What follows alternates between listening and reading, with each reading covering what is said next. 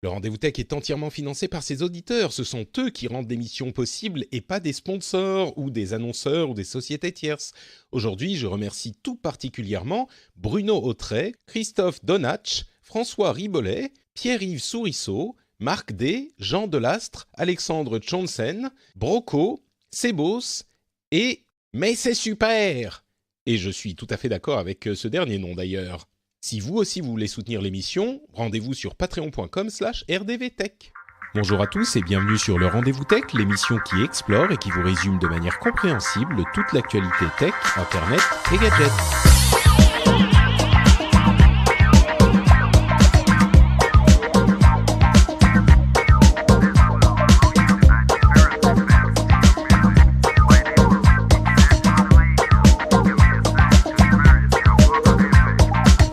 Bonjour à tous et bienvenue sur le Rendez-vous Tech, l'émission qui vous résume dans la bonne humeur toute l'actualité tech, internet et gadgets.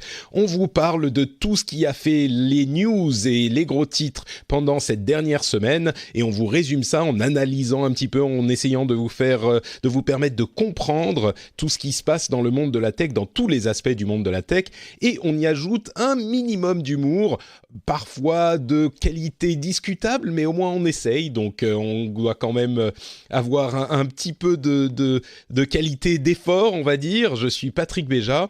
Et aujourd'hui, nous sommes en pleine semaine du 8 mai et en plein pont. Donc, il y en a qui sont en vacances. Qu'est-ce que j'ai dit 8 mai, je pense déjà à la semaine prochaine. Oui, c'est ça. Mais le 1er mai, c'est pareil, il y a un pont. Et il y a d'un côté les feignants qui sont pas là, les Jérôme, les Corben, tout ça, qui estiment qu'ils ont mieux à faire que de venir parler tech avec nous. Et de l'autre, les courageux, ou plutôt devrais-je dire le courageux, c'est-à-dire Cédric, fidèle au poste, qui est là et qui va nous permettre de faire une émission d'immense qualité, puisqu'on ne sera pas, tiré vers le bas par les autres membres de cette équipe. Comment ça va, Cédric ? C'est ça, mais complètement. Écoute, ça va très bien. Tout va bien, la vie est belle. Il fait pas beau, mais peut-être que demain il le fera. Et c'est ça l'essentiel. Ouais, c'est ça. J'ai la pelouse à tondre, donc du coup, j'espère qu'il va faire beau. Bah écoute, ici, étrangement, il fait pas trop moche.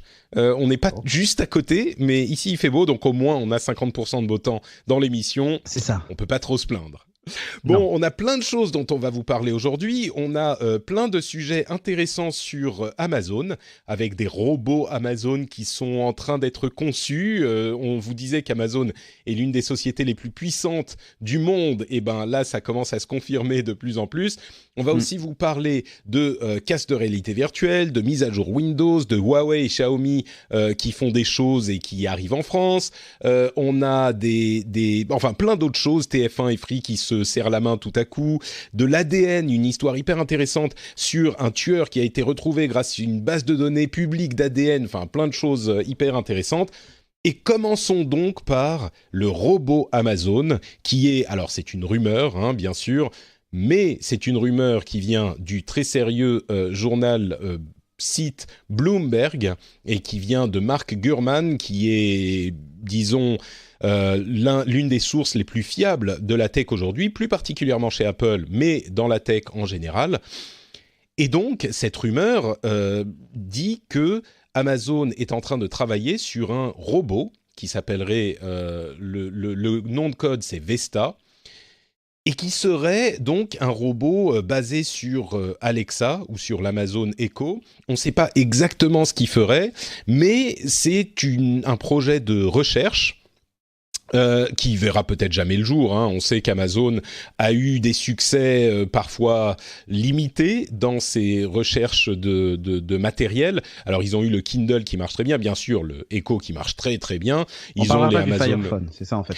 Exactement, voilà, c'est celui auquel j'allais faire référence, le Fire Phone. Il y a le stick qui marche, bon, on va dire pas trop mal, mais enfin c'est pas non plus le succès fou. Il y a les boutons, tu sais, Amazon, les Dash. Des Dash, ouais. Ouais, qui sont aussi. Mais donc venons-en à ce robot Vesta Alexa, pour lequel d'ailleurs j'ai fait une illustration, j'ai préparé à l'avance, une illustration qui sera l'illustration de l'épisode. J'espère que vous regarderez ça parce que c'est une illustration magnifique qui m'a inspiré également le titre de l'épisode qui serait « Est-ce que ce robot serait Alexa sur roulette ?»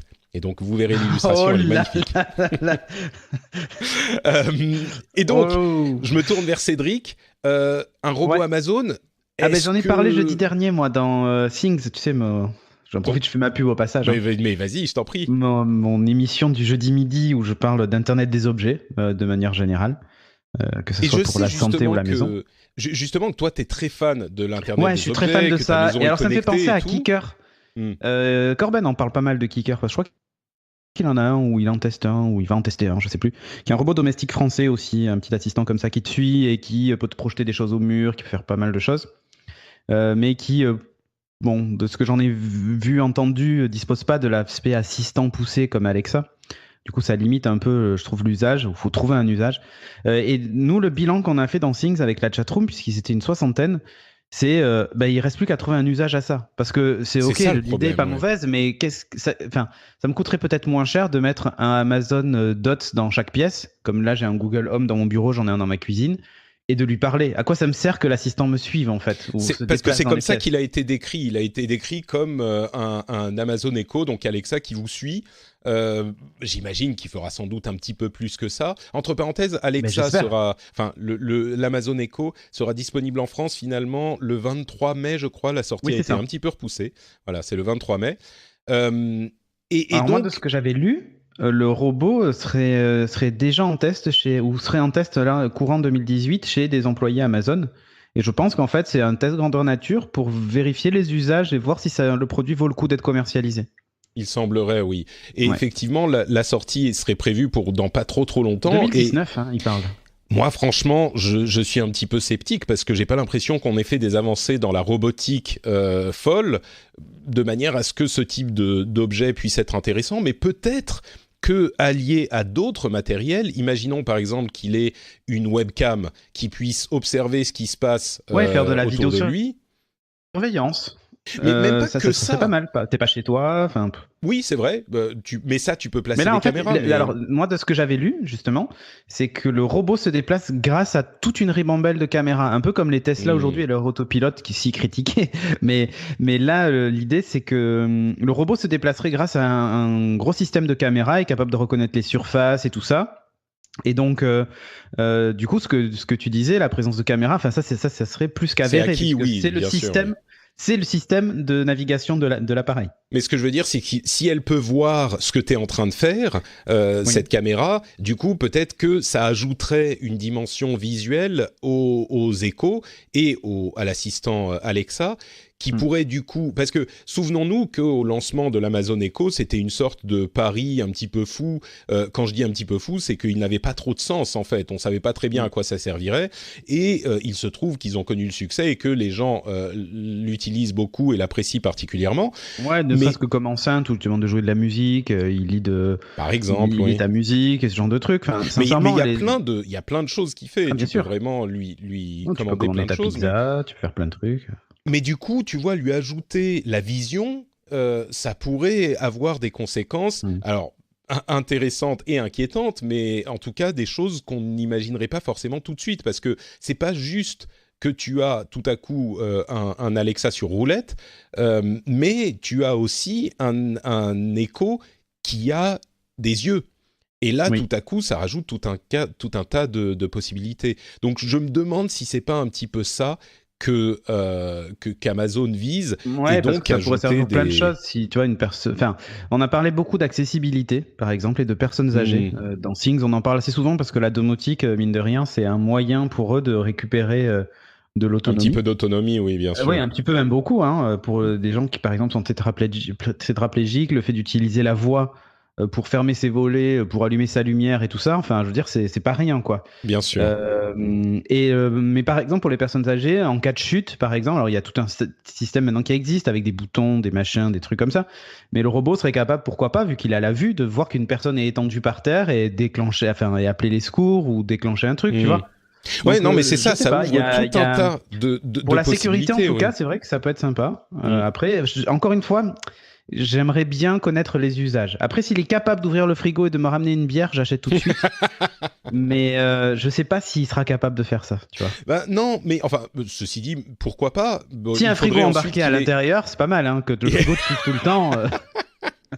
Non, mais là, tu vois, pour ouvrir le frigo, il faudrait qu'il ait des bras articulés. Et tout bras, ça, ça devient beaucoup plus. Mais je crois que le fait d'avoir une caméra sur un appareil qui se déplace est beaucoup plus intéressant que d'avoir simplement une webcam sur un Echo, sur un Amazon Echo ou un autre assistant statique. Et c'est là que ça pourrait devenir quelque chose de vraiment intéressant. Mais bon, à voir ce que ça va donner.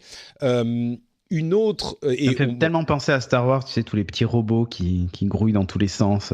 On sait jamais à quoi ils servent. Ouais, si t'as un Vesta et comment il s'appelle, les Roomba, sais pas. Oui. Mais j'ai un Roomba, moi, j'ai un Roomba 960. Tu pourras tester. Mais c'est intéressant parce que c'est cette idée que Amazon essaye des trucs et parfois ça marche pas, mais c'est souvent des trucs qui sont un petit peu, un petit peu fantaisistes. Et là, on arrive, je pense, au début, on n'y est pas encore, mais on arrive au début d'un moment où l'ensemble des technologies d'intelligence artificielle, de mobilité, etc. convergent exactement et pourraient donner des petits robots qui vont pas, encore une fois, ça va pas être des robots comme on peut les imaginer dans la science-fiction de notre jeunesse, mais par contre des petits robots qui pourraient rendre des services limités, mais ça serait déjà quelque chose de fonctionnel. Et c'est vraiment en raison de cette convergence de ces technologies d'intelligence artificielle, de machine learning, de connexion permanente, qui fait que ça pourrait peut-être faire des actions mécaniques, mais je dis mécaniques logiques, quoi. Oui, tout à fait. Donc, voilà pour le Vesta. Il y a aussi une autre initiative un petit peu plus terre-à-terre, mais hyper intéressante, qui là encore, à mon sens, témoigne de cette capacité qu'a Amazon à tenter des choses intéressantes. C'est un partenariat qu'ils sont en train d'établir avec GM, General Motors, et Volvo, pour proposer la livraison dans la voiture. C'est une idée qui est hyper brillante quand on y pense, mais il faut y penser. C'est-à-dire qu'ils ont les systèmes OnStar, etc., de contrôle à distance de la voiture pour le dépannage et pour en cas d'accident ou de ce genre de choses, pour assister les gens dans les voitures. Donc, ça existe depuis très longtemps. Hein. C'est des systèmes qui vous permettent d'avoir un opérateur loin de la voiture qui va ouvrir les portes, ouvrir le coffre, etc. Et en l'occurrence, Amazon fait un partenariat avec eux pour que les livraisons Prime soient livrées dans le coffre de votre voiture. Il suffit que la voiture soit garée à, je crois, 100 de mètres de votre domicile ou de votre bureau. Et vous donnez la plaque d'immatriculation de la voiture, vous dites où elle est, et du coup, c'est simplement livré. Au lieu d'être livré dans un point de livraison ou dans une maison, c'est livré dans le coffre de la voiture. On se souvient, on a beaucoup parlé dans cette émission de la livraison dans la maison, où on ouvre un petit peu la porte, et puis on laisse à l'intérieur, et puis on ferme la porte. Enfin, c'est le livreur qui ferait ça. Là, c'est une version beaucoup plus sécurisée, beaucoup plus sécurisante de ce type de livraison. Moi, je trouve ça assez, même hyper intéressant, quoi. Bah, en vrai, c'est pas vraiment nouveau parce que je crois qu'ils avaient déjà fait un test l'année dernière avec je sais plus quelle marque. Écoute, j'avais pas vu ça passer, mais là, c'est étendu à 37 villes en tout cas. C'est uniquement pour voilà, les mais là, c'était Prime, que dans une ville, effectivement, et c'était qu'avec, je me souviens, c'était pas des Mercedes. D'accord. Donc ça limitait le truc, mais maintenant effectivement, ouais, ils l'ont étendu. Bah, moi je trouve que c'est une bonne idée, hein. Dans les faits, comme tu dis, c'est plus safe de se dire, ok, je préfère ouvrir le coffre de ma bagnole que la porte de ma maison. Que la porte de ma maison, quoi, en fait. Il suffit de savoir que tu as un livreur qui va déposer des trucs, du coup tu laisses pas d'objets de valeur dans ta voiture. Et puis c'est réglé. Même juste dans le coffre. Enfin, à moins d'avoir 5 portes. Bon, après, il y a un risque que le mec parte avec ta voiture. Mais ça, c'est autre chose. Bah, disons que si ça n'ouvre que le coffre, si t'as une 5 portes, à la limite, il peut se glisser dans la voiture. Mais enfin. Si c'est un haillon derrière, oui. C'est vraiment. Bon, disons que c'est pas un danger. C'est vraiment une préoccupation. Dans une moindre mesure, ouais, exactement. Ouais. Après, il y a le risque aussi que ton colis rentre pas dans ton coffre, mais ça. Mais tu sais, ça peut être des livraisons pour tout type de colis, et même des petits, quoi. Complètement. Et d'ailleurs, faudra faire attention à pas se faire livrer du Amazon Fresh dans le coffre de la voiture en plein été. Hein. mais sinon, pour tout le reste. À part ça, ouais. Mais mais sincèrement, je trouve l'idée top, quoi. Ouais. C'est vraiment ce genre de truc auquel on pense pas forcément. Et puis quand c'est disponible, je trouve qu'ils sont vraiment les les génies de ce genre de truc. Amazon, c'est de toute façon, voilà. C'est le fait de trouver les trucs dont on ne savait pas qu'on avait besoin. Ouais. Ils font ça avec je sais pas comment dire ça. Les designers de logiciels font souvent ça. On sait qu'Apple se targue de le faire très très souvent, mais Amazon ils le font avec, je sais pas comment dire ça, des processus ou de la logistique en fait. Oui, c'est ça. C'est devenu des spécialistes. Enfin, honnêtement, c'est des spécialistes mondiaux de la logistique. C'est ça. Ces gens-là. Et quand on voit que les gens qui habitent pas loin des entrepôts sont livrés dans la journée même, c'est limite les employés d'Amazon qui, quand ils partent du boulot, viennent te livrer chez toi, quoi, tu vois. Non, mais c'est vrai. T'as une pause à midi, tu pars 10 minutes avant et tu déposes le colis à machin qui habite à 2 rues. Et t'as le colis que t'as commandé 2 heures avant, quoi. Non, mais c'est vrai en plus. Non, mais il y a la livraison. Bon, c'est pas les employés d'Amazon qui font ça pendant la pause de midi. Bien, mais... Même si les conditions de travail chez Amazon continuent à être critiquées vivement et sans doute avec justesse. Avec raison, oui. Mais avec raison, mais effectivement, il y a la livraison en 1 heure ou la livraison en 2 heures qui est un truc qu'ils proposent maintenant dans certaines agglomérations. Et à Paris, c'est la livraison dans la journée, quoi, qui est possible. Et ça fait un moment. Et d'ailleurs, ils continuent à grossir. Ils ont aujourd'hui 100 millions d'abonnés Amazon Prime. Je crois qu'on en avait parlé à l'épisode précédent. 100 millions, c'est quand même hyper impressionnant. Et ils en profitent justement pour augmenter un petit peu le prix d'Amazon Prime aux États-Unis en tout cas. Ça passe de $99 à $119 pour l'abonnement annuel. Ils avaient déjà un peu augmenté, si je ne m'abuse, l'abonnement mensuel il n'y a pas longtemps. Le truc, c'est que c'est encore une fois un truc, Amazon Prime, c'est un truc dont on se dit qu'on n'en a rien à faire avant de l'avoir essayé, mais une fois qu'on l'a essayé, on se rend compte qu'on ne se rendait pas compte qu'on en avait vraiment besoin, ou en tout cas qu'on le voulait. Et moi, je suis convaincu que même s'ils augmentent le prix en France aussi, non. Ça serait une question intéressante d'ailleurs. J'entends, oh non, ça veut dire que tu resterais abonné de toute façon. Évidemment. Jusqu'à quel prix tu serais prêt à payer par an pour rester abonné à Amazon Prime ? Ça serait une question intéressante. Après, moi, je t'avoue que je regarde aussi... tous les autres trucs que ça The Grand Tour sur Amazon Prime. Enfin, tu vois, en vidéo, tu veux dire ? Ouais, en vidéo. J'utilise aussi le Prime pour Twitch. Donc, tu vois, rien que ces 2 trucs-là me font en gros une économie de 15 € par mois. Parce que je consomme des vidéos sur Amazon Prime. Il n'y a pas beaucoup de trucs qui m'intéressent, mais il y en a quand même quelques-uns. Et je trouve que c'est quasiment suffisant pour que je prenne un abonnement. Il y en a juste assez pour que tu dises bon, je vais le garder, quoi. Ouais, c'est ça. Et ouais, exactement. Et ensuite, il y a tout le Twitch Prime qui est dedans, et mine de rien, ça permet d'économiser 5 € par mois d'abonnement Twitch. Parce que j'étais sub à des chaînes, donc du coup, j'ai 5 € d'économie sur ça. Et puis, je commande énormément sur Amazon. Donc, je veux dire, je pense que je rentabilise le forfait très vite. Et allez, je pense que je serais prêt à mettre jusqu'à 100 € par an de Prime. Donc 200 € de Prime, ça te ferait pas peur, non. quoi. Non, ça me ferait pas peur. Ouais, ça me ferait moi, pas peur parce qu'en gros, ça revient à un peu moins de 20 € par mois. Pour un service qui est juste qui est très vaste, ouais. C'est vrai que je crois qu'à partir de 180, 200, je commencerai à me poser la question. Mais oui, je crois que je continuerai. Bon, il se trouve qu'ici, dans ma campagne, maintenant, Amazon Prime me sert pas à grand-chose. Mais comme il est à une centaine d'euros à peu près, je continue à le garder pour Twitch et qui d'ailleurs donne des jeux aussi maintenant, chaque mois. Donc pour Twitch et pour qui serait Amazon intéressant. Vidéo. Un truc qui serait intéressant, peut-être à double tranchant en fait. Mais il y a un truc intéressant qu'a fait Cdiscount, qui est aussi un espèce de Amazon Prime, mais de Cdiscount, quoi. Qui en fait te dit combien tu as économisé en frais de livraison depuis que tu as le forfait. Et c'est pas mal. Alors moi j'ai eu de la chance parce que comme j'ai commandé un four et 2 conneries sur Cdiscount, ils m'ont offert pendant 1 an le service. Le Cdiscount à volonté, ça s'appelle, je crois, un truc comme ça. Et attends, je vais essayer d'aller voir. Oui, enfin on comprend, peu importe. Voilà, là il me fait, bienvenue Cédric, vous cumulez déjà 120,95 € d'économie grâce à vos remises. Enfin, voilà. Ouais, bah c'est sûr que sur les livraisons, quand on commande Quand tu régulièrement prends un sur four, Amazon, un machin, les livraisons sont ultra chères en général en plus. hmm, Donc c'est ultra rentable quoi. ouais. Bah sur Amazon, c'est la fréquence des trucs et justement que tu te mets Ah à bah oui. commander pour des petits trucs que t'aurais pas forcément commandé s'il y Ah avait mais le c'est prix de la clair. livraison en Mais plus. je trouverais ça vachement malin de la part d'Amazon de dire combien on a économisé quoi. Hmm.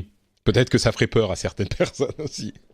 Mais il y a Ouais. un autre service encore qui va nous amener à l'éternelle conversation sur la taille d'Amazon, mais Amazon Web Services, donc le mastodonte du service d'hébergement de données de sites web et de serveurs, qui se met à la blockchain. Ils vont Mm. commencer un service de blockchain as a service, en fait, ce qui veut dire deux choses, parce que en fait, ils avaient parlé de la blockchain chez Amazon il y a un moment et ils avaient dit non, mais blockchain, on s'en fout, c'est pas pour nous. Et du coup, ça montre la force et l'intérêt des entreprises pour la blockchain, puisque finalement, Amazon s'y est mis aussi. Donc, vous pourrez facilement héberger des services de blockchain. Je crois qu'ils font du Ethereum et du Hyperledger ou ce Mhm. genre de choses. Enfin, il y a Ouais, quelques types Ethereum de... et Je crois que c'est je sais Hyperledger. plus. Ouais peut-être. Ouais. Hyperledger Fabric. C'est voilà Ouais. ce que dit l'article de l'informaticien que je consulte. Euh, donc ils s'y mettent également et du coup évidemment, enfin on finit par en parler maintenant presque à chaque épisode, alors que je dirais il y a 2 ans on les avait même pas vraiment vus venir de cette manière. C'est la taille d'Amazon qui devient tellement monstrueuse qu'on peut plus s'en passer dans tellement de domaines. Mm. Je crois qu'on arrive, enfin, on en parle souvent pour Google, pour Facebook, Ouais, Facebook en particulier. mais Enfin là je veux les dire, ajouts de Mark on parle de Zuckerberg. l'idée comment dire, de les diviser en Mm. plusieurs sociétés, de casser les monopoles. Pour Facebook, ça serait pas compliqué parce qu'il faudrait faire Instagram d'un côté, WhatsApp de l'autre, Facebook du dernier Messenger. et Messenger peut-être voilà. Google, on aurait aussi une grande facilité à les séparer en plusieurs sociétés. Et Amazon, je crois, même les supplante tous dans cette discussion, plus particulièrement aux États-Unis, mais quand même un petit peu ailleurs aussi. Ils font une telle taille et ils ont tellement les tentacules Mm. partout. En fait, ouais, Aujourd'hui, c'est fou, hein, parce que Amazon, le seul endroit où ils ne réussissent pas, mais c'est vrai, hein, on en parlait tout à l'heure, c'est sur les devices, hmm. honnêtement. Bah maintenant avec l'écho, Sauf le ils ont peut-être. Kindle, mais ouais, mais sauf avec l'écho parce qu'ils avaient ils avaient un temps d'avance. Mais il y a quand même, et aussi les services. Enfin, quand je parle de services, c'est tout ce qui est, on parlait tout à l'heure d'Amazon Prime Vidéo, Vidéo, la musique, mais musique et non, tout mais ça. tu Enfin, sais, ils sont pas c'est sur ces premiers, trucs-là. mais ils sont Non. genre troisième ou quatrième sur tout. Oui, c'est ça. C'est Mais ce que je veux dire, c'est que s'ils avaient enfin, tu vois, par exemple, sur la musique, s'ils avaient la force d'un Spotify ou la force d'un Apple sur ça, ils seraient, je non, sais bah pas. c'est En plus, sûr. le problème qu'il y a pour vraiment ces choses-là, y compris pour Amazon Prime Video, c'est la qualité du logiciel qui n'est vraiment pas bonne. Et tu te dis, ces gens qui Hmm. ont tellement d'argent pourraient produire quelque chose de supérieur à Spotify ou à Apple Music, ne serait-ce qu'en recommandation. Enfin, rends-toi compte la quantité de données qu'ils ont sur les achats. Alors maintenant, plus Mais personne doit acheter de CD sur Amazon, mais non, mais ils je ont pense qu'il y déjà a des des gens moteurs qui de achètent de la recommandation qui musique sont quand même. Hein. monstrueux, qu'ils pourraient très bien appliquer à ces plateformes-là. Et je sais pas, j'ai la sensation que c'est pas les mêmes. Enfin, oui, c'est pas les mêmes personnes. Forcément, c'est pas Bah, les mêmes forcément. personnes, mais. Non, mais tu sais, ils ont pas besoin d'être les meilleurs. C'est ça qui est fou. C'est qu'ils sont les Mm. meilleurs sur la logistique, comme ils disaient. Sur le reste, ils ont pas besoin d'être les meilleurs. Bon, Ils enfin, ont juste personne n'a d'être. installé Amazon Music sur son téléphone. Bah, bon, peut-être certaines personnes, mais je veux dire, ils ont juste besoin d'être assez bons. Peut-être que la musique est particulièrement en retrait, c'est possible, mais ils ont juste besoin d'être assez bons pour que les gens se disent ouais bon, comme je disais tout à l'heure, ouais bon, je vais le garder, tu vois. Mm. Et ils réussissent sur ça à être et à progresser petit à petit, lentement, à tel point que, comme on le disait sur le prix de Amazon Prime, il pourrait augmenter le prix, et je suis sûr qu'il va continuer Oui, à oui. augmenter dans les années à venir. Et ils n'ont pas de concurrence. On parlait de ces discounts à volonté. Si je ne m'abuse, il y a une offre chez la Fnac également. Mais là, on parle d'échelles Ah non, mais nationales qui ont microscopique. énormément de mal à rentrer en compétition avec la force de frappe de ces autres sociétés. Donc, Je sais pas. Et à la limite, je me demande même si on divisait Amazon en plusieurs sociétés, qu'il y ait Amazon Vidéo d'un côté, Amazon... Enfin, ils continueraient à avoir des accords, je pense, privilégiés. Je sais pas. Je sais pas si... C'est très compliqué, et c'est la même chose finalement que pour Facebook et pour Google et pour tous les autres. On a ces inquiétudes sur leur taille qui sont légitimes, et en même temps, ils rendent tellement de services et ils sont tellement indispensables aujourd'hui à la manière dont fonctionne le monde qu'on se demande si on pourrait fonctionner autrement. Alors oui, on pourrait certainement fonctionner autrement, mais je sais pas. Amazon fait vraiment partie de ceux qui sont qui se sont insinués dans cette catégorie depuis longtemps en fait, mais on s'en est rendu compte qu'il y a quelques années. Donc bon. Donc voilà notre grosse partie Amazon, comme toujours des news intéressantes de leur côté. Continuons avec les news et rumeurs, mais avant de passer aux news et rumeurs, j'en profite pour remercier les auditeurs qui choisissent de soutenir l'émission. Vous le savez, l'émission n'existe que par la volonté des auditeurs. C'est vous qui décidez de financer l'émission, d'envoyer votre argent durement gagné. Alors vous choisissez sur patreon.com/rdvtech, le lien est dans les notes de l'émission. Vous choisissez combien d'argent vous donnez. Combien de temps vous donnez, en fait, vous pouvez vous arrêter quand vous voulez. Vous choisissez le nombre d'épisodes que vous voulez soutenir. Entre parenthèses, au mois de mai, donc cet épisode sera daté du 1er mai, et au mois de mai, il y aura du coup 5 lundis. Ça arrive une fois tous les quelques mois, enfin je crois deux fois par an à peu près.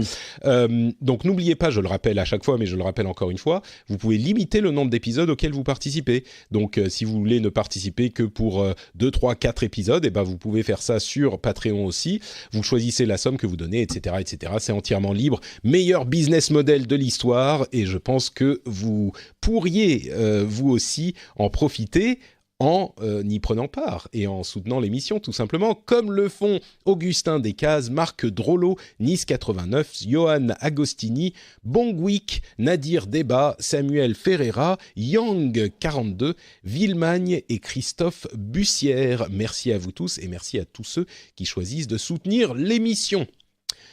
Moi je l'ai fait. Je t'en remercie. Je vais augmenter mon pledge en plus. C'est vrai ? Mais oui, tu m'avais envoyé un message en me disant merci d'avoir augmenté. C'est lui, il y a à l'épisode précédent. C'était un moment émouvant pour moi, effectivement. Ah, tu parles. Ah, d'ailleurs, il faut que je refasse mon abonnement Twitch et changer de bon procédé. Mon abonnement Twitch Prime sur Geeking. Enfin, sur Studio Renegan. Ça y est, c'est passé à Studio Renegan. Ouais, ça y est. Ouais, c'est très bien. On a eu tous les changements et tout. Maintenant, il nous manque à toucher l'argent, mais ça va sinon. Ça va arriver. Ouais, on n'a pas touché d'argent depuis le mois de janvier, t'imagines ? Ouf. Quand ça va tomber, ça va être le jackpot. Hein. Ça va être la fête chez Renegan. Ouais, c'est ça. Bon, on passe aux news et rumeurs avec une news qui, je pense, te fait particulièrement plaisir, toi qui as été un fervent défenseur de Windows mobile et Windows pendant de nombreuses années. Là, j'ai reswitché, je suis à nouveau sur Windows. Pas Windows mobile. Non. Windows d'accord, tu m'as fait peur. Mais oui, moi aussi je suis sur Windows, j'aime beaucoup Windows 10, remarque, évidemment. J'ai déterré mon Lumia 930. Ah. Mais juste comme ça pour le fun. Ah oui, d'accord, oui, c'est ça. Je me disais, mais de quoi nous parle-t-il ? Non, j'ai un iPhone 10 sinon. Ça va bien. Très bien. Et ben justement, Windows 10, il y a une nouvelle mise à jour qui arrive. Elle a été un petit peu retardée, mais finalement, elle arrive au moment où vous entendez cette émission. Et normalement, elle sera en train d'être livrée et plus largement à tout le monde d'ici 1 ou 2 semaines. Et elle amène des nouveautés dont ils avaient déjà parlé, c'est-à-dire Timeline, qui est la nouveauté principale, Focus Assist et un nouveau navigateur Edge qui permet de faire des choses comme par exemple muter un onglet, ce que la plupart des concurrents font depuis longtemps, mais c'est bien que ça arrive chez Edge aussi. Focus Assist, ça permet de se focaliser sur un truc qu'on est en train de faire sans être dérangé par les mises à jour, etc. Et puis Timeline, c'est la fonctionnalité la plus intéressante. Est-ce que, je ne sais pas si tu en as entendu parler. Est-ce que tu peux nous la décrire? C'est un gros truc quand même. Ouais, alors Timeline, c'est assez bordélique quand même à décrire. Mais c'est gros... un petit peu un historique de tout ce que tu as fait sur ton ordinateur, quoi. C'est ça. Auquel tu peux accéder à n'importe quel moment. Voilà, appli par appli, depuis n'importe quelle appli, avec plusieurs bureaux. Ouais, c'est ça. C'est un peu le time capsule, sauf qu'il n'y a pas cet aspect sauvegarde, mais en gros, ça ressemble aussi un peu au launcher que tu as sur Android ou maintenant sur l'iPhone, tu sais, avec ce système de cartes où tu as toutes tes applications et le dernier état dans lequel tu les as laissées. Mais en même temps, tu as cet aspect où tu peux remonter dans le temps. Que tu n'as pas sur les téléphones. Alors, en fait, c'est difficile à décrire à l'oral. Alors attends, on va voir si je vais réussir.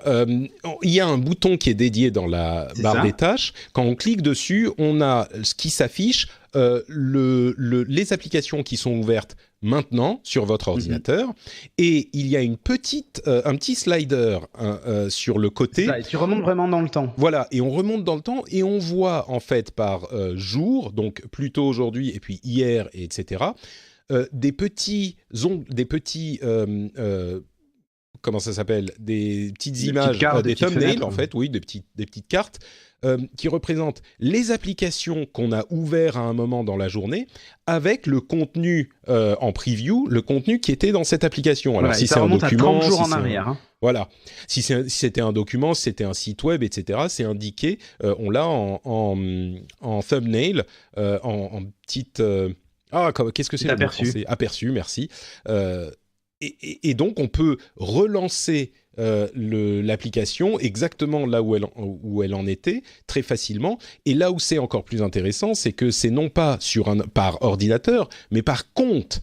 Donc, ça veut dire que si on se déplace d'un ordinateur à un autre, on peut très facilement reprendre le travail là où on en était, à condition qu'on ait le même logiciel installé, bien sûr, mais on peut reprendre le travail là où on en était très facilement. C'est une fonctionnalité assez intéressante, je pense, surtout pour les gens qui ont plusieurs ordinateurs, mais même, d'une manière générale, je pense que ça peut servir pas mal. Moi, j'ai un peu peur sur le stockage de toutes ces infos, en local, je parle, la place que ça va prendre sur le disque dur, parce que tu remontes à 30 jours en arrière sur cet aperçu-là. Alors, je sais pas si c'est l'état sauvegardé de l'app ou du document. Enfin, tu vois, j'ai un peu peur de ça. Je pense pas qu'il va sauvegarder le document à différentes étapes, genre ou si peut-être parce que. Mais c'est ça, parce que normalement tu es censé pouvoir revenir sur le document que tu as utilisé tel qu'il était dans il y a sa version 15 jours. Il y a un mois. Ça commence à faire quoi, tu vois. Si c'est un document Word, ça va. Ça va. Mais si c'est un montage document... vidéo. Oui, non, bien sûr. Ensuite, il faut que chaque développeur adapte son logiciel à cette fonctionnalité. Donc, je pense que tu vois, effectivement, Adobe ne va pas forcément mettre le truc en place pour Photoshop et Premiere. De manière à sauvegarder toutes les 10 minutes l'intégralité de tes Non, après, il y a tous les petits raffinements d'interface aussi qui sont prévus dans cette version-là. J'ai oublié le nom d'ailleurs de ce truc-là. Tu sais, où ils ont revu tous les effets de lumière, de fenêtre, de texture, enfin voilà. Oui, dans les previews, je t'avoue que j'ai pas vu une énorme différence, mais peut-être que c'est un petit refresh aussi de l'interface léger de il y a un petit peu plus de transparence, ce genre de choses. Ouais. Il y a des animations dans les fonds de mail, ce genre de trucs. C'est fait pour les yeux, quoi. Voilà, mais bon, c'est une petite mise à jour qui sera bienvenue et surtout avec cette fonctionnalité Timeline. On a des rumeurs sur le casque de réalité virtuelle et réalité augmentée d'Apple qui serait en développement pour une sortie en 2020. Il aurait 2 écrans 8K et il se connecterait sans fil à une boîte dédiée qui serait donc dans la maison. Et il se connecterait sans fil, donc il serait plus léger parce qu'il n'aurait pas besoin d'embarquer ce qui fait les calculs, mais du coup, forcément, il serait également lié à l'endroit où on branche la boîte correspondante, et donc il est il est beaucoup moins mobile. Mais c'est bon. Après, si c'est des rumeurs, bien sûr. Un casque VR, AR. Aujourd'hui, tu les utilises chez toi, tu sors pas dans la rue avec. Après, c'est vrai que si on s'attend à un format lunettes on aurait tendance à se dire c'est dommage qu'on puisse pas l'utiliser en extérieur. Mais peut-être que la bonne surprise serait que il se connecte par exemple à ton iPhone qui a une puissance de calcul qui est autre.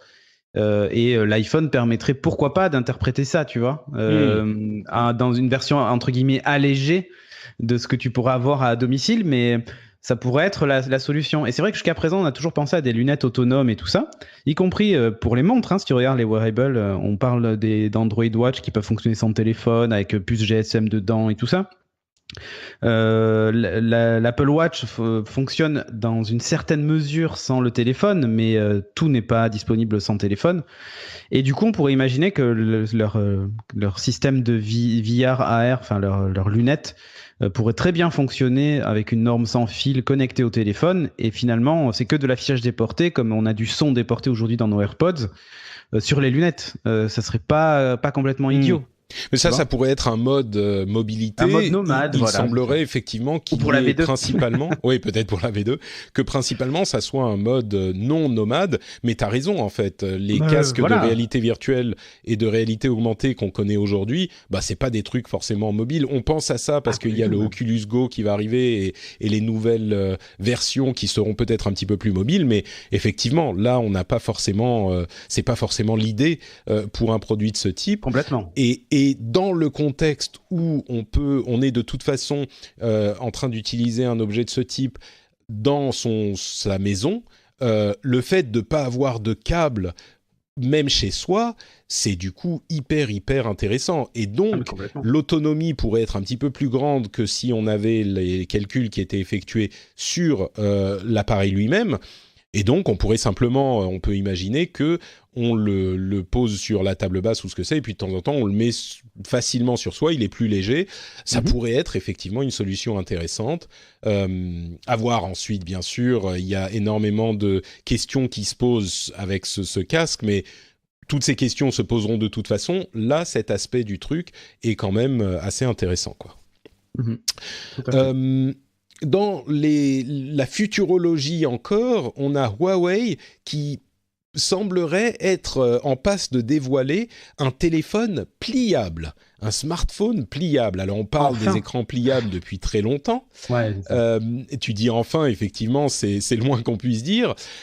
Moi, j'ai un peu l'impression que c'est le genre de fantasme qu'on a, parce que c'est genre cool et futuriste d'imaginer un téléphone pliable. Je suis pas certain que concrètement ça serve à grand-chose. Peut-être que je me trompe, mais qu'est-ce que t'en penses ? Est-ce qu'on a vraiment besoin d'avoir un téléphone pliable ? En fait, c'est difficile de... Il faut voir comment c'est fait, et surtout, le seul intérêt qu'on pourrait y trouver, ça serait pourquoi pas d'avoir c'est d'étendre la taille de l'écran, quoi. Ouais, c'est ça, c'est d'avoir un téléphone avec un format raisonnable pour l'utiliser en téléphone, et pouvoir le déplier en deux pour, je sais pas, tout ce qui est, pourquoi pas consommer de la vidéo, ou taper du texte, ou consulter des documents. En gros, une espèce d'iPad mini qui se plierait et en téléphone, on trouverait un format téléphone. Mais ça ferait des ratios d'écran un peu bizarres. Mais le problème, du coup, c'est que en plus, ça voudrait dire qu'il faudrait qu'il se plie vers l'intérieur de l'écran, c'est-à-dire que l'écran soit toujours disponible des deux côtés quand tu l'as plié. Ouais. Et puis, il faut voir ça, l'épaisseur c'est pas très grave, du parce truc. Que regarde, tu as un iPhone 10, toi, ou pas ? Oui. T'as un dos en verre, hein. Donc imagine que c'est un écran qui est désactivé, il est tout noir. Bon, Peut-être, effectivement. Ouais. Il et faudrait en plus, si c'est un écran OLED, tu pourrais très bien imaginer qu'il y ait le logo Huawei derrière qui s'affiche tout seul, en fait, quand l'écran est replié. Tu vois, comme là, tu as le logo Apple. Imagine que c'est un écran, tu ouvres et à la place du logo, tu te retrouves avec l'affichage étendu. Bien sûr. Quoi. Donc, disons que si ça marche comme ça, effectivement, je peux comprendre. C'est-à-dire que si c'est mon téléphone d'aujourd'hui, sauf qu'en plus, tu peux le déplier et avoir 2 fois plus de surface, oui, bien sûr. Ce que je crains, c'est que ça marche pas du tout comme ça. C'est qu'il soit plus épais, qu'il soit un petit peu... peut-être parce que la technologie est encore trop jeune, mais tu vois, qu'il soit plus épais, que les bords soient gros, que ça soit... je sais pas, que ça fasse un petit peu prototype encore. C'est l'image que j'ai. Mais peut-être que c'est parce que j'ai vu que des prototypes de trucs à écran pliable.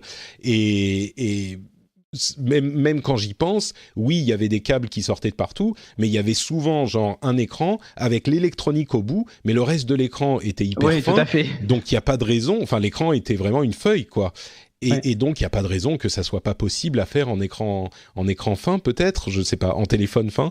Mais bon, réponse peut-être, possiblement en novembre de chez Huawei. L'autre news des constructeurs chinois, je dis pas de bêtises, hein, Xiaomi c'est bien chinois. Oui, c'est chinois. Oui.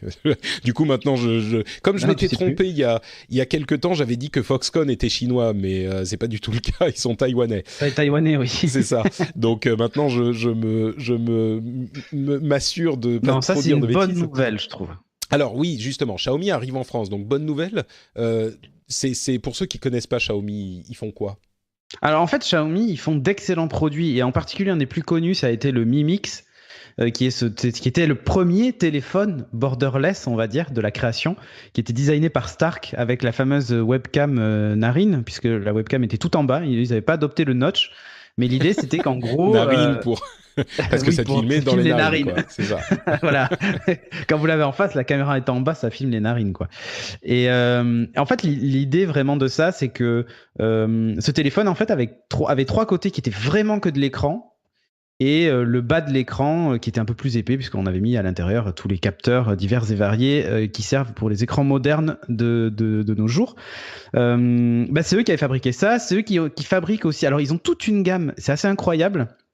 Ils ont toute une gamme de produits pour la maison, domotique et tout ça, qui sont très très bon marché. Ils ont des télévisions. En gros, ça me fait penser un peu au groupe LG ou Samsung, ces groupes qui vendent plein de choses. Et d'ailleurs, si je dis pas de bêtises, ils font même de l'alimentaire. Enfin, ils ont des produits pour la cuisine, qui d'ailleurs ont un nom très ragoûtant. Je crois que ça s'appelle pas gerbe ou vomi, ça s'appelle volmi ou un truc comme ça. Et du coup, c'est vrai qu'en français, c'est comment dire, voilà. Hein, oui.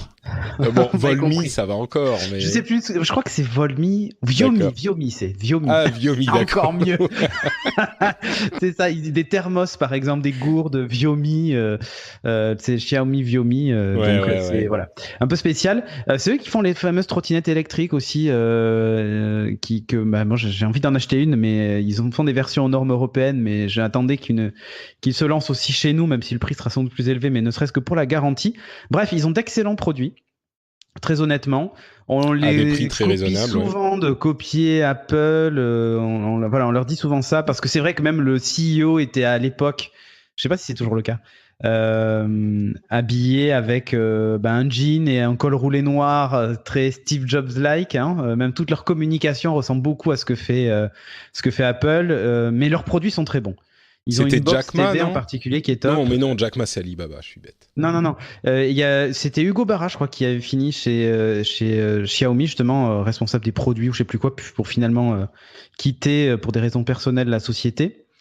Hugo Barra qui était un des papas d'Android, avec Andy Rubin, il s'occupait de tout ça. En gros, Xiaomi, c'est quand même essentiellement pour les téléphones qu'on va s'y intéresser aujourd'hui. Alors nous, oui. Pour les téléphones et tous les gadgets autour du téléphone. C'est-à-dire c'est pas que des accessoires et des accessoires pour la télévision, par exemple. Mais bon, a priori, ils débarqueraient pas chez nous. Peut-être les box, on verra. Mais ils ont des téléphones, ils ont des accessoires autour du mobile, des petites caméras, des trucs comme ça. Les trottinettes qui se vendent, moi j'en vois partout à Bordeaux de ces trottinettes-là, c'est incroyable. Et ça fait partie des accès. Elle est connectée au smartphone puisqu'on a des infos sur l'autonomie, on a quelques trucs comme ça dessus. Donc c'est ce genre de choses. Et effectivement, moi je les attends de pied ferme puisque leurs téléphones sont très très bons. Sincèrement, sont très très bons. Et donc ils arrivent le 22 mai en France. Donc juste avant l'Amazon Echo. Juste avant. Et d'ailleurs, si tu regardes bien, ils ont des drones, ils ont des robots, ils ont des caméras, ils ont plein de trucs. Si vous allez sur la page Xiaomi France sur Facebook, vous le voyez d'ailleurs, ils ont une espèce de bannière où on voit dessus leurs oreillettes Bluetooth, leurs ampoules connectées, la trottinette d'ailleurs est sur la vignette et tout ça. Donc on voit un peu le genre de produits qui nous attendent. Ils ont des batteries aussi. Ils ont un design très soigné, j'allais dire Apple-esque, mais c'est vraiment ça. Ils ont un design très très soigné et qui fait beaucoup penser aux produits Apple. La finition des produits est vraiment géniale. Donc voilà, très sincèrement, j'attends avec impatience que la boutique soit disponible. Tu parlais de drones, il y a une initiative européenne qui est assez intéressante sur l'utilisation des drones qui a commencé il y a un moment mais qui passe dans une nouvelle phase et on n'en avait pas parlé donc on l'évoque maintenant. C'est un groupe d'études qui travaille avec DJI, le constructeur de drones bien connu, pour essayer de trouver des utilisations aux drones dans les situations d'urgence, dans les protocoles de réponse aux situations d'urgence. Alors on pense évidemment à des situations comme des incendies, ce genre de choses. Ouais. Et alors que je retrouve le nom de l'instance européenne, voilà, c'est European Emergency Number Association, donc l'association de réponse d'urgence, enfin des numéros de réponse d'urgence européenne, qui travaille avec DJI et qui passe en phase d'implémentation pratique maintenant pour l'utilisation de ces drones. Et l'utilisation principale, comme je le disais, c'est avec les pompiers en cas d'incendie. Oui, la surveillance. Mais moi, j'ai vu utiliser des drones à la plage. Je crois que c'est à Lacanau, je sais plus. Oui, je crois que c'est à Lacanau. Où un drone en fait est équipé d'une bouée et le drone se déplace beaucoup plus vite que n'importe qui en jet ski, en ce que tu veux dans l'eau. Et quand une personne est en difficulté, le drone en fait va près de la personne et largue la bouée pour qu'elle puisse s'accrocher le temps que les secours arrivent en fait. Ouais. C'est bête, hein, mais c'est une utilisation des drones qui justement peut vraiment sauver des vies, quoi. C'est ça, ouais. Et c'est pas donc les drones, c'est pas juste pour aller espionner votre voisin au-dessus de la haie. Ouais, c'est ça. mais ce qui est hyper intéressant dans la manière dont ils font la chose, c'est que leur but aujourd'hui, c'est d'explorer les manières dont ça peut fonctionner et ensuite de faire des recommandations aux organes légaux. Aux gens qui vont faire les lois et aux gens qui vont entraîner ce qu'on appelle en anglais les first responders, les gens qui viennent pour répondre aux situations d'urgence, et donc ils vont faire des recommandations. Donc c'est vraiment une question d'exploration des possibilités, et ensuite on aura des situations concrètes et des tests qui nous permettront d'écrire les lois et d'établir les protocoles et les processus en connaissance de cause. Donc plutôt que de commencer à établir des lois pan-européennes ou même nationales sans vraiment avoir tester les choses. Bien sûr, c'est pas forcément comme ça que ça fonctionnerait, mais là, il y a une procédure qui est en cours pour faire les choses dans l'ordre. Et je trouve ça vraiment positif, avec de nombreux exemples comme celui que tu as donné, où c'est des utilisations auxquelles on n'aurait pas forcément pensé. C'est que là, on va voir des groupes de pompiers, d'ambulanciers ou comme tu le disais, peut-être même de lifeguards, de secouristes. Secouristes, oui, sur les plages ou ailleurs, et leur dire, bon, comment on leur donne un drone, et avec les gens de chez DJI, on leur dit comment vous pourriez utiliser ça. Et eux, ils vont tester, ils vont voir, et forcément, ils auront des réponses auxquelles on n'aurait pas forcément pensé. Un autre truc auquel on n'aurait pas forcément pensé, c'est une vulnérabilité du processeur Tegra de Nvidia qui fait la joie de nombreux joueurs, puisque c'est une vulnérabilité qui est impossible à patcher, mais qui permet d'ouvrir la porte vers un hack des consoles Nintendo Switch à l'avenir. Alors c'est pas encore le cas, il y a des moyens de le faire, mais enfin c'est encore très. Ah oui, moi t'as pas vu les images de RetroArch installées avec du coup toutes les ROM et tout ça, enfin ça commence. Non, mais c'est pas encore possible, c'est ce que je veux dire. Enfin c'est possible, mais il faut vraiment y aller en ligne de commande, etc. Il n'y a pas d'outil complet et facile à utiliiner. Mais est-ce que tu as vu comment ils y sont arrivés quand même? Non, j'ai pas suivi. En fait, en passant par la connectique des Joy-Con. En créant au moment du boot une espèce de bug. On en a parlé dans le dernier Bit, d'ailleurs, qu'on a publié ce week-end, où on est rentré vraiment dans le détail de la technique, où en mettant un petit composant et en faisant un espèce de court-circuit, on arrivait en fait à accéder à la carte logique, à la carte mère, avant même la séquence de boot, et donc les vérifications par l'OS de l'intégrité du système. Et du coup, ça permet, avant le bootloader en fait. D'accord. Et donc, ça permet justement d'accéder ensuite à la plateforme matérielle sans même charger l'OS de Nintendo. Donc, c'est assez incroyable. C'est assez incroyable. Du coup, effectivement, la console qui est l'une des plus populaires du moment, on en a parlé dans l'émission et dans le rendez-vous jeu également, bien sûr. Mais le succès de Nintendo est absolument insolent. Cette année, enfin l'année dernière plutôt, avec le lancement de la Switch, ils en ont, je crois, 18 millions déjà dans la nature.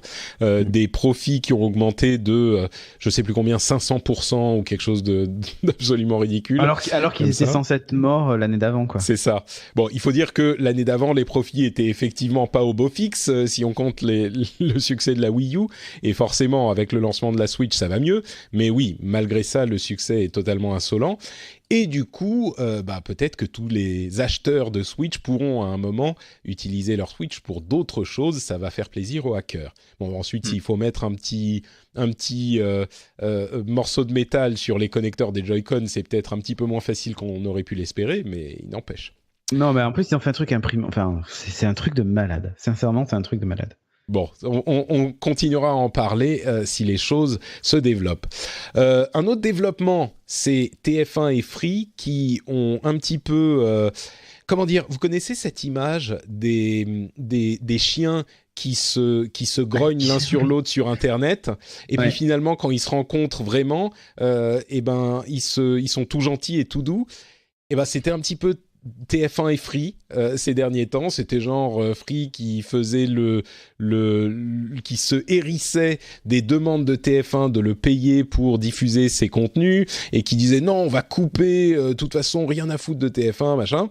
Et finalement ils ont trouvé un accord, et visiblement un accord où TF1 obtient de l'argent de Free. Il reste plus que Canal+, mais à mon sens Canal+ va bientôt plier également. Donc TF1 aura eu gain de cause. Ils s'en tireront avec quelques millions d'euros par an pour être diffusés sur les box des FAI. Bon, alors on s'en doutait, hein, c'était uniquement c'était au moins en partie une posture de dire nous on défend nos abonnés et donc on veut pas que le prix se répercute sur l'abonnement, etc. Bon, c'était surtout des relations entre grandes sociétés qui ont des intérêts financiers. Mais voilà, la conclusion est en cours. Moi, ça me chagrine quand même un petit peu sur le principe que TF1 fasse payer le droit de diffuser ces chaînes qui sont accessibles normalement publiquement sur les ondes, là où l'infrastructure a tout de même été développée par les FAI. Mais bon, voilà, ensuite, c'est comme ça que ça se passe. Je vais pas non plus écraser trop de larmes sur Free et Canal+, et Orange, mais il n'empêche, ça me chagrine, on va dire. Ouais.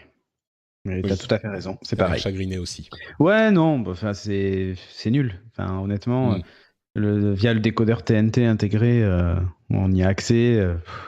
Ouais. Je sais pas. Bon, bref. Facebook, tiens, encore eux. Bon, il y aurait eu toute une série de news Facebook que je vous évite. Ouais. Hein. On se limite aux choses vraiment intéressantes. Et là, en l'occurrence, il y a un truc qui m'a paru assez intéressant sur la question de la psychologie des internautes, puisque, vous le savez, Facebook a essayé de lutter contre les fake news depuis plusieurs mois. Depuis plusieurs mois maintenant. Et ils se sont rendus compte que le fait de signaler qu'un sujet était contesté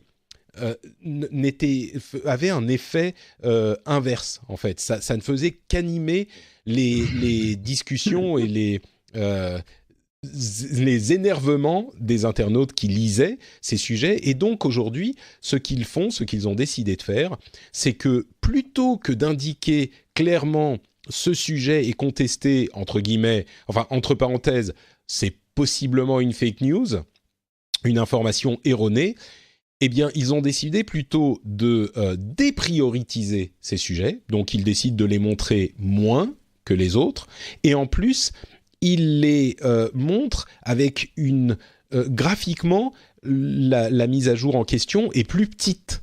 au lieu d'avoir une image qui prend la taille d'une image normale avec le titre de l'article en dessous, eh bien, on a juste le titre de l'article avec l'image en tout petit à côté. En gros, quand il y a une image, enfin un sujet qui est considéré comme fake news, on se souvient qu'ils ont des systèmes avec des vérificateurs tiers, hein, donc c'est pas uniquement eux qui se chargent de ça, c'est important à savoir, mais quand il y a une news qui est considérée, qui est flaguée comme fake news, plutôt que de dire attention, cette news est contestée, ils décident plutôt de la passer un petit peu sous le tapis. Et c'est important à noter, c'est pas parce que Facebook a décidé on veut que les gens ne la voient pas trop, enfin si, mais ils le font parce que simplement le fait de la montrer en disant c'est contesté, au lieu que ça attire les gens. Ça attire les gens et ça la fait remonter en fait parce que les gens cliquent dessus, s'engueulent dans les commentaires, etc. Donc je sais pas, j'ai trouvé ça hyper intéressant au niveau de la psychologie de l'être humain. C'est un peu déprimant, mais en même temps intéressant. C'est vrai. Comme tu dis, c'est déprimant, mais en même temps, voilà, c'est comme tous les interdits. C'est-à-dire qu'on sent que à partir du moment où une news, ça on le souffre, les gens vont se dire tiens, j'ai quand même envie de savoir ce qui est contesté. Et en plus, comme c'est flagué contesté, tu vas avoir ceux qui vont débarquer en disant c'est vraiment de la merde, vous racontez que de la merde et tout ça, et ceux qui vont arriver en disant non mais on sait jamais, on nous censure, voilà, c'est ça, il y a peut-être une part de vérité, la terre est plate, tout ça. Non mais exactement. Et ouais, c'est en fait effectivement un peu, je sais pas, c'est inquiétant. C'est comme les trucs interdits au moins de 18 et du coup les gens disent il y a peut-être quelque chose à voir. C'est ça, ouais. J'aimerais bien que la réalité soit différente, mais malheureusement parfois. Mais regarde, souvent, c'est exactement le clickbait des vignettes YouTube, quoi. Ouais, tout à fait. Sauf que sur Facebook, le fait de rajouter un truc en disant c'est contesté, imagine une vidéo YouTube où on te dirait attention, elle est contestée, ferait un max d'audience, quoi, tu vois. Ouais, c'est ça, ouais. Ouais, tout à fait. Mais je sais pas, c'est un petit peu, bon, c'est intéressant en tout cas. J'aimerais que ça soit pas le boulot de Facebook de faire ça. D'ailleurs, entre parenthèses, ils ont publié il y a une petite semaine la définition qu'ils utilisaient de l'incitation à la haine et comment ils décidaient d'agir sur ce qu'ils considéraient eux comme de l'incitation à la haine. Et d'un côté, on se dit, c'est un petit peu inquiétant que Facebook soit obligé de définir eux-mêmes ce qu'est l'incitation à la haine. Il faudrait que ça soit les lois et les tribunaux qui définissent ça. Mais évidemment, les lois et les tribunaux ne peuvent pas définir concrètement si chaque contenu qui est signalé est ou non de l'incitation à la haine. Et donc, c'est nous qui avons demandé à Facebook et aux autres d'être plus proactifs et de supprimer les contenus inacceptables. Donc forcément, par cascade, on leur demande de décider, eux, ce qui est acceptable ou pas. Au moins, là, ils le disent plus ou moins clairement. Mais c'est encore une fois une réflexion intéressante à se faire que, du coup, maintenant, Facebook a sa définition de l'incitation à la haine. C'est intéressant. Oui. En même temps, la définition semble coller. Hein, c'est pas non plus que... Mais voilà. C'est dans ce monde que nous vivons. Autre élément du monde dans lequel nous vivons, alors je ne vais pas rentrer dans les détails de l'affaire criminelle, mais plutôt dans l'aspect technique de ce tueur, donc c'est un meurtrier, hein, c'est quelque chose de grave, qui a été trouvé par les enquêteurs en faisant... Ça dépend, c'est quoi ta définition des choses graves, comme pour Facebook?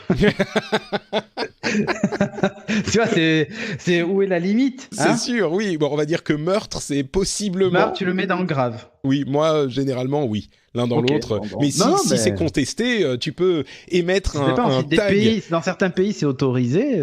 Peut-être. Mais tu peux mettre un tag, en fait, sur l'émission contesté par Cédric Bonnet de manière à ce qu'on ait plus de... Ah non, désolé, un meurtre, c'est pas du tout... Et donc, ce qui s'est passé, c'est que les enquêteurs ont fait une recherche sur l'ADN qu'ils avaient retrouvé sur les scènes de crime, j'imagine, sur une base de données publique de séquençage ADN. C'est une société qui s'appelle... GED Match, une société de généalogie qui met à disposition cette base de données gratuitement.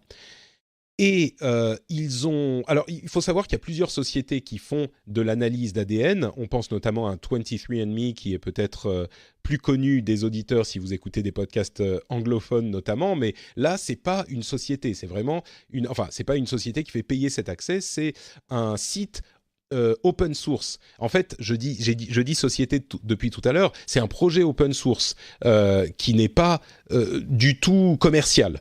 Donc c'est un projet open source, c'est une base de données disponible gratuitement et c'est vraiment un truc roots, puisque c'est 2 personnes qui font tourner la société qui gère la base de données open source, et ils fonctionnent avec des donations PayPal. Donc quand on parle de l'internet qui permet de faire des trucs fous pour avec des moyens limités, on est vraiment dans ce cadre. Donc les enquêteurs vont vers cette base de données disponible.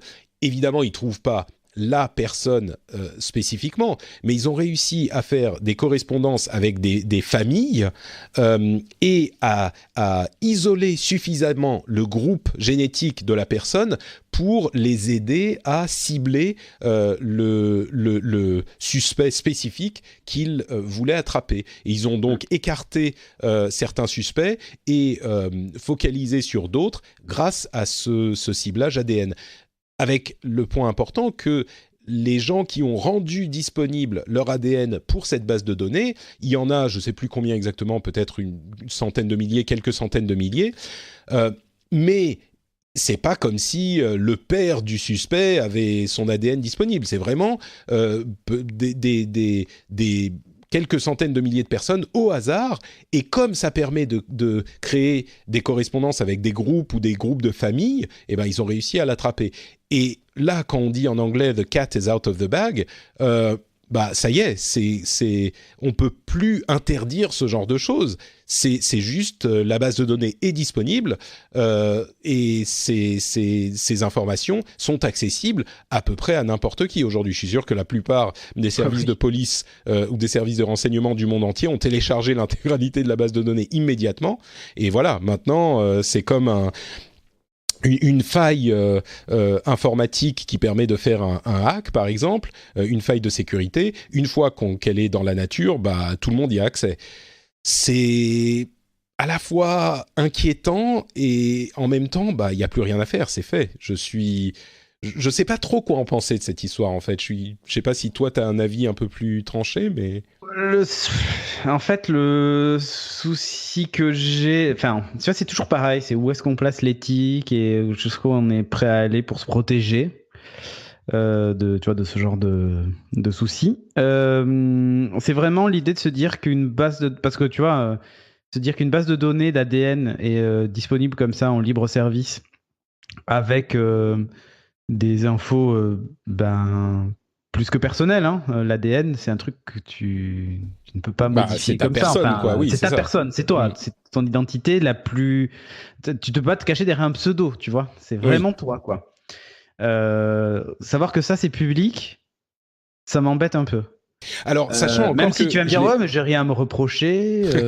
Je précise encore une fois, je l'ai déjà dit, mais je le reprécise parce que ce sont des centaines de milliers de personnes qui ont donné leur ADN pour cette base de données volontairement. Mm-hmm. Et donc, c'est vraiment, on est dans un cas similaire à celui de Cambridge Analytica où il y avait 150 000 personnes qui avaient répondu au quiz, mais comme les gens qui avaient accès aux réponses avaient aussi accès aux informations de leurs amis. Depuis, ça a été patché par Facebook. Maintenant, les applications ne peuvent plus avoir accès aux informations des amis des gens qui donnent accès aux informations. Mais c'était de la même manière. Il y avait 150 000 personnes qui ont répondu, ce qui a donné les informations de 60 millions de personnes. Là, sur 100 ou 150 000 personnes ou 200 000 personnes qui donnent leur ADN, sauf que là, on ne peut pas le patcher comme l'a fait Facebook et fermer l'accès. Et ça donne des informations, pas 100% précises, mais quand même des informations sur toute leur pool ADN, quoi, sur les gens qui leur sont génétiquement liés. Donc, oui, tu dis effectivement, il est possible qu'il y ait des informations sur toi, par exemple. Pareil, c'est entre quelles mains ça tombe. Et là, le problème, c'est que vu que c'est dispo pour tout le monde, ouais. Mais c'est ça qui est c'est ça qui est inquiétant, en fait, c'est tout. c'est inquiétant et en même temps, bon, peut-être qu'il faut comment dire, faire attention à ce genre de problème à l'avenir et régler et réguler plutôt, légiférer sur ce genre de sujet. Il y a évidemment très certainement des législations qui sont déjà en place pour la gestion des données très personnelles que sont l'ADN, mais là encore une fois, c'est pas vous qui allez donner c'est pas vos données spécifiquement qui sont concernées, c'est les données d'une personne qui choisit de les donner librement. Donc c'est très compliqué à gérer.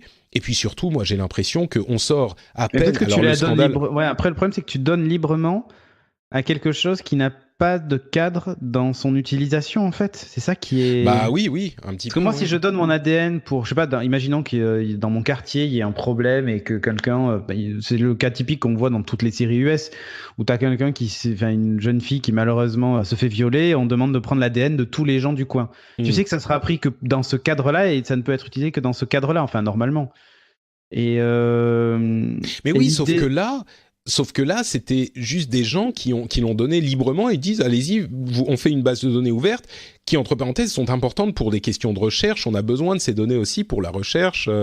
Et l'open source peut mener à des résultats hyper intéressants qu'on n'avait pas forcément imaginés à la base. Donc je pense que à l'origine, c'est fait avec des intentions bonnes, comme les pavés qui pavent la route vers l'enfer, c'est ça, mais... Je sais pas, Ce que j'allais dire, c'est que ça va tellement vite, j'ai l'impression qu'on sort à peine du scandale Cambridge Analytica, qui était pas évident à comprendre pour les législateurs, que déjà, on a là un problème qui n'est pas d'aussi grande ampleur, hein, mais qui potentiellement a autant, voire plus d'importance dans les années à venir. Et on sort à peine du truc de Cambridge Analytica que là, on a ce gros problème aussi qui se fait jour dans un domaine complètement différent. Je n'envie pas les législateurs, quoi. C'est vraiment un boulot compliqué avec toute cette histoire de technologie. Bon, parlons un petit peu d'un truc dont on avait parlé également il y a un bon moment. C'était cette application YouTube Kids où on voyait des vidéos étranges. Alors, on en a parlé plein de fois, donc on va pas trop revenir dessus, mais on précise que YouTube Kids pourra maintenant autoriser les parents qui utilisent l'application à ne rendre disponible dans l'application que des vidéos qui ont été sélectionnées à la main par des êtres humains. Et c'est hyper intéressant parce que ça se met un petit peu dans le cadre de cet algorithme dans lequel on a un peu perdu la foi, comme on le disait il y a 2 épisodes, je crois. On se rend compte qu'il peut pas tout faire. Là, c'est vraiment Google qui baisse les bras, quoi, qui se dit ok, bon, dans certains cas, l'algorithme ne peut pas répondre à nos besoins, donc on va mettre une option pour ne montrer que du contenu sélectionné à la main, qui n'est pas du contenu algorithmique. Donc à mon sens, c'est un moment important dans la vie de Google, quoi. C'est YouTube, mais c'est Google forcément.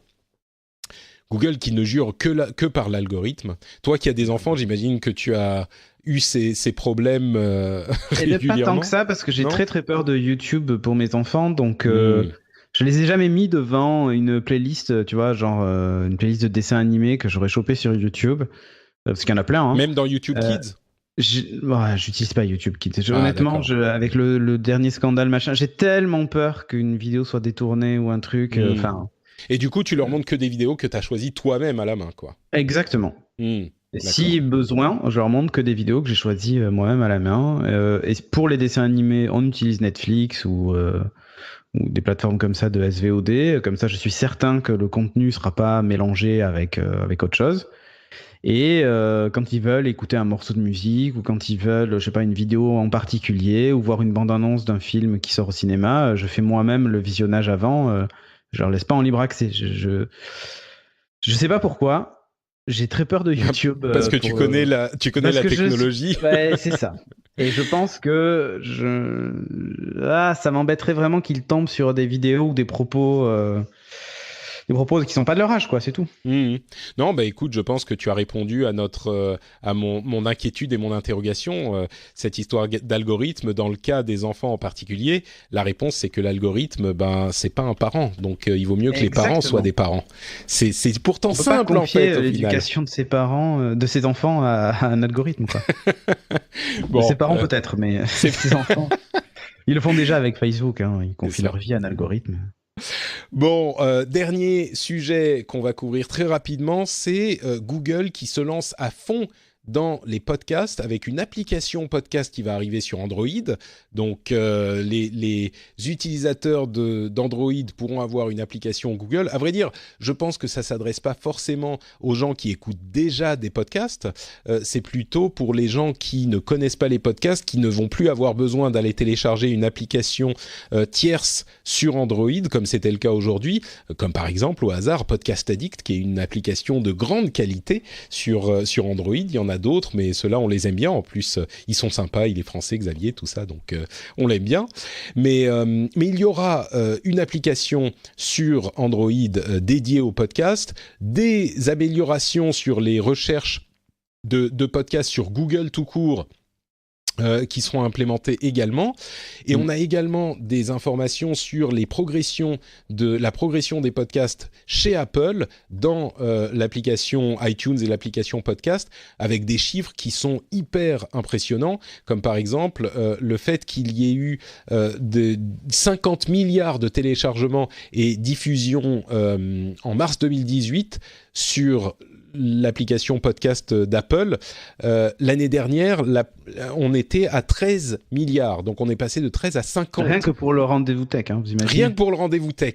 Donc, c'est quand même impressionnant. Je ne pensais pas que vous étiez aussi nombreux. Ça me fait très, très plaisir. mais oui, donc tout ça pour dire que les podcasts continuent à avoir le vent en poupe, avec visiblement une accélération nette ces dernières, on va dire ces 2 dernières années, ce qui n'est que pour me plaire, mais voilà, donc les podcasts continuent à progresser et ça me fait forcément très plaisir. Voilà pour nos sujets et notre émission. On arrive au bout. Merci Cédric d'avoir été avec moi, d'avoir partagé cette heure et un petit peu. Tu as évoqué à quelques reprises les émissions de ton studio Renegade. Est-ce que tu peux dire aux auditeurs de quoi il s'agit? Qu'est-ce que c'est? Eh bien, en fait, j'ai arrêté Geeking et on a changé complètement notre façon de faire et on a tout misé sur Twitch. Tout misé sur Twitch et sur le direct. Alors il y a quand même des chaînes YouTube pour certaines émissions, pour si vous voulez voir des replays, ce genre de trucs. On finit le podcast. On a trouvé un moyen de détourner, d'autoriser les gens à s'inscrire, mais vous avez tout ça sur studiorenegade.fr. Mais on fait surtout du direct, parce que pour nous c'est l'échange qui compte, qui prime, l'échange en direct qui prime. Et vous êtes très nombreux à nous suivre, puisque rien que ce mois-ci, on a fait plus 300 nouveaux followers à la chaîne Twitch, même un peu plus encore, parce que j'ai regardé ça il y a 10 jours, donc ça doit être plus maintenant. Et donc on a misé notre modèle économique donc sur Tipeee et sur les subs et la publicité sur Twitch. Et pour un premier mois, on a un premier bilan, puisque on est à dépasser un peu plus de 2000 et quelques euros de rentrée financière. Donc on est très content du lancement. C'était un pari pour nous d'abandonner les podcasts et du coup une grosse partie de l'audience. Parce que voilà, nos audiences ont été divisées par quasiment 10. Ouf. Mais les revenus ont fait x2. Donc écoute, si j'avais l'un su, dans l'autre. Voilà, si j'avais su qu'en touchant 10 fois moins de personnes, je toucherais 2 fois plus, j'aurais fait d'il y a bien longtemps. Non, mais ça se trouve, si tu touches 100 fois moins de personnes, tu gagneras 4 fois plus. C'est ça. Ne regardez plus, donnez juste votre argent.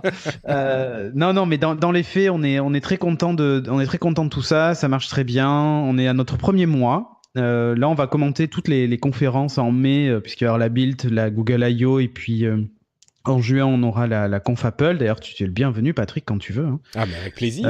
Les streams de jeux marchent bien, on a du monde, enfin, tout se passe bien. Les émissions aussi sont cool, enfin voilà, tout se passe bien. Donc, studiorenegade.fr pour en savoir plus.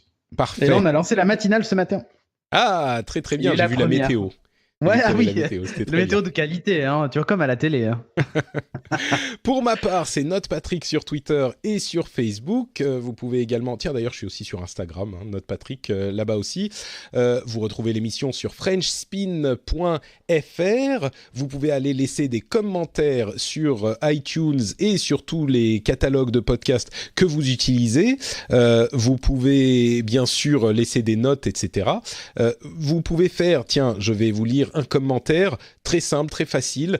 C'est Laurent, Paris 13, qui dit « Informatif et agréable, 5 étoiles, merci Patrick ». Eh ben écoute, merci Laurent, ça fait très plaisir. Ça. Voilà, 5 étoiles également de la part de Mérite, qui dit « Excellent podcast avec des réflexions sur les technologies, très bien pour se faire sa propre opinion, etc. etc. » Merci à vous tous qui laissez des commentaires là-dessus. Merci à vous tous qui recommandez l'émission à vos amis, que ça soit sur les réseaux sociaux ou dans la vraie vie, au boulot ou autour d'une petite pizza. Si vous sortez par exemple... mais t'écoutes pas le rendez-vous tech, c'est trop bien. Non, bon, je vais pas vous faire le script. on va juste dire que si vous avez des amis intéressés par la tech, qu'ils soient spécialistes ou non, justement, cette émission, c'est ce dont ils ont besoin pour comprendre ce monde un petit peu compliqué, très simplement en 1 heure, un petit peu plus d'1 heure chaque semaine. Et bien sûr, si vous êtes vraiment satisfait par l'émission, si elle vous apporte quelque chose, des informations, un bon moment, eh bien, vous pouvez la soutenir financièrement sur patreon.com/rdvtech. Le lien est comme toujours dans les notes de l'émission. Ça prend 2 minutes pour s'inscrire et ça permet à l'émission d'exister. Donc, merci à tous ceux qui le font. Merci à tous ceux qui écoutent dans tous les cas. Et on vous donne rendez-vous dans 1 semaine pour le prochain épisode. Ciao à tous!